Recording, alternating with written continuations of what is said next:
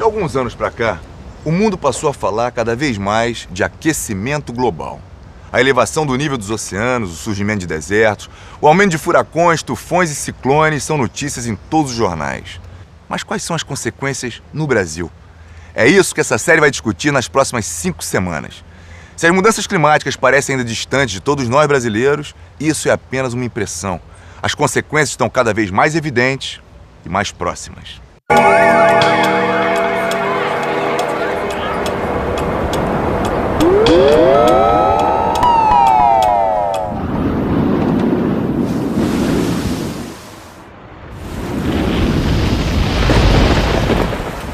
Qualquer habitante de uma megacidade que se expandiu muito nos últimos 50 anos já deveria saber o que é mudança climática. O crescimento da população urbana, ela traz graves consequências. E eu acho que nós temos que, por exemplo, pensar melhor as cidades. As nossas cidades são predatórias. Nós destruímos florestas e encostas, os nossos prédios são muito consumidores de energia, os nossos automóveis gastam muito combustível, estão desregulados, emitem muita poluição.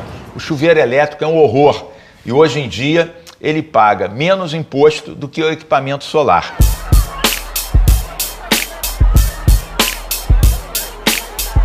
São Paulo hoje é uma cidade de 10 milhões de habitantes, dentro de uma região metropolitana com 38 outros municípios, compondo uma grande cidade com 19 milhões de habitantes, quase 20 milhões de habitantes. Uma das maiores cidades do mundo. A cidade é um organismo vivo, ela não para nunca e pela complexidade e grandeza da cidade, ela tem atividades que utilizam as 24 horas do dia. É um organismo com milhões de células, né? Então essas células, elas podem ser cancerígenas e se replicarem de uma forma alucinada em atos de barbárie, de degradação da cidade, ou elas podem ser células que vão se multiplicando ali, espalhando atitudes mais interessantes para a vida de todo mundo. No caso do aquecimento global, acho que houve uma mudança de 10 anos para cá.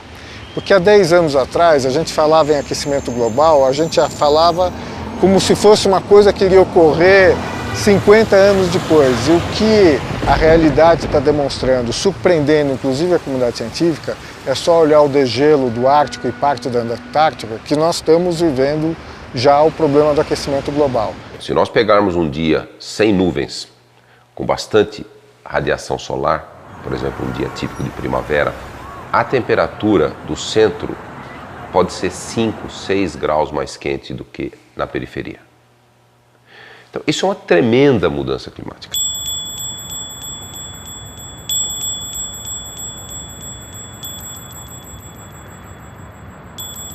Nesse quadro, que uma grande cidade já traz no seu bojo uma mudança climática local significativa, nós temos que colocar a mudança climática global, ou aquecimento global. Por exemplo, para São Paulo, se projeta um aumento durante o século XXI entre 2 e 4 graus. São Paulo, chamava-se São Paulo da Garoa. Cadê a garoa? Não tem mais garoa, a cidade era úmida. A cidade está muito mais seca.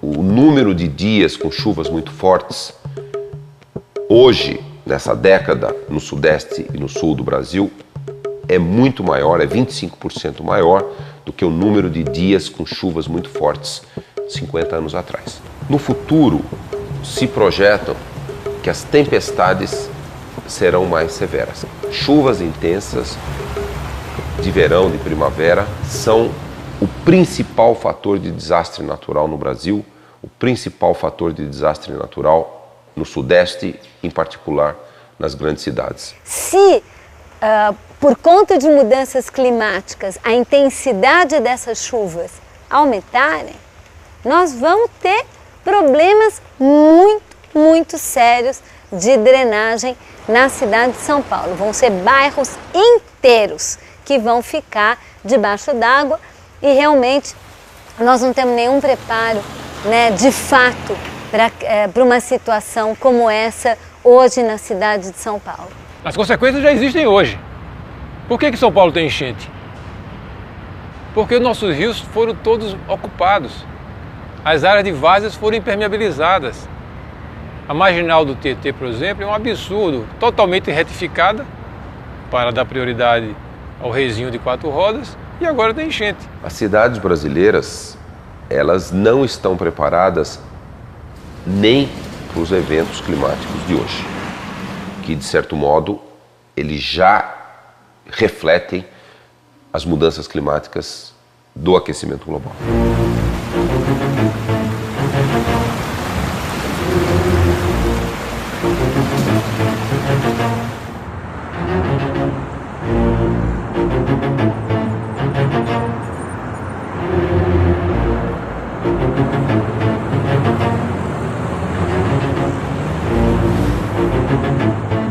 Apenas na cidade de São Paulo, essa de 10 milhões de habitantes, nós temos 6 milhões de automóveis registrados na cidade, que percorrem um percurso diário, considerando as distâncias entre o extremo leste da cidade e o extremo oeste da cidade, de quase 50 quilômetros.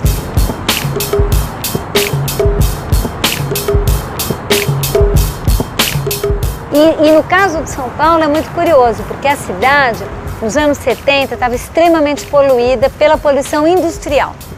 E nós tivemos nessa cidade um processo de controle de poluição industrial muito importante e significativo, de emissão de gás industrial. Nos anos 80, 90, a cidade melhorou muito, melhorou o ar, voltou a ter pássaro na cidade, assim, significativamente. Tudo isso nós estamos perdendo agora com o aumento do trânsito de automóveis. E essa velocidade que o aquecimento global está acontecendo nos últimos 50, 100 anos é pelo menos 50 vezes mais rápida do que a velocidade lenta com que o clima da Terra varia naturalmente. Independente das mudanças climáticas, uma grande cidade com muito concreto, com muito asfalto e sem vegetação, ela já produz uma enorme mudança climática. E São Paulo é um exemplo. E essa mudança climática ela vai na direção da perda de qualidade ambiental. É mais quente durante a madrugada, há mais ondas de calor, mais quente significa episódios mais agudos de poluição do ar. Há essas evidências que as tempestades severas que causam alagamentos, enchentes, deslizamentos em encostas, descargas elétricas, isso tudo cresceu em função da existência dessa mancha urbana. O próprio efeito climático de uma grande cidade como São Paulo já tem levado à degradação ambiental. São Paulo tem uma das maiores frotas do mundo de automóveis. O que isso significa? Que a cidade não tem capacidade de absorver no seu sistema viário esses automóveis. Qual é o aspecto mais evidente? O congestionamento. Quer dizer, as cidades do Brasil, elas cada vez mais são dependentes do automóvel, que continua sendo o grande símbolo da economia do século passado. O passaporte para a modernidade no Brasil foi a indústria automobilística quando nós começamos a produzir automóveis no Brasil. E hoje a cidade e a população que mora na cidade, ela é dependente do automóvel. Às vezes dependente num ponto que mesmo quando tem transporte coletivo razoável, de boa qualidade, o sujeito não usa. E aliás, eu tenho um exemplo interessante, que é o rodízio de automóveis.